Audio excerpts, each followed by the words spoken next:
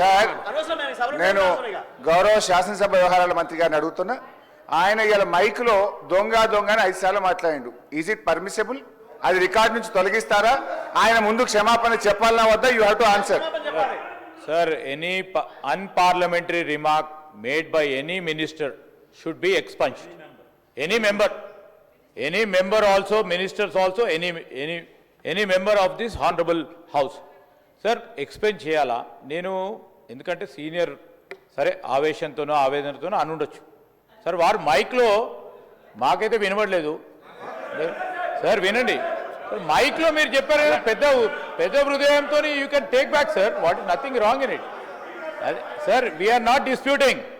నేను ఎవరు మాట్లాడినా అన్పార్లమెంటరీ మాట్లాడినా sir I'm on my leg sir to say ఎవ్వరు కూడా అన్పార్లమెంటరీ మాట్లాడినా అది ఎక్స్ప్లెయిన్ చేయాల్సిందే డెఫినెట్లీ సార్. మాట్లాడదు సార్ మీరు మైక్లో మాట్లాడేది వినబడదు సార్ మొత్తము యావత్తు. సో నేనేమన్నాను, you please take back, nothing goes. మీ ఏం కాదు సార్, దానికి ఏముంది దాంట్లో. ఇప్పుడు శ్రీధర్ బాబు గారు 2 వైపులో చెప్తే బాగుంటుంది. అటువైపు ఎవరైతే దొంగ అన్నారో వాళ్ళు వెనక్కి తీసుకుంటే నేను వెనక్కి తీసుకోవడానికి అభ్యంతరం లేదు.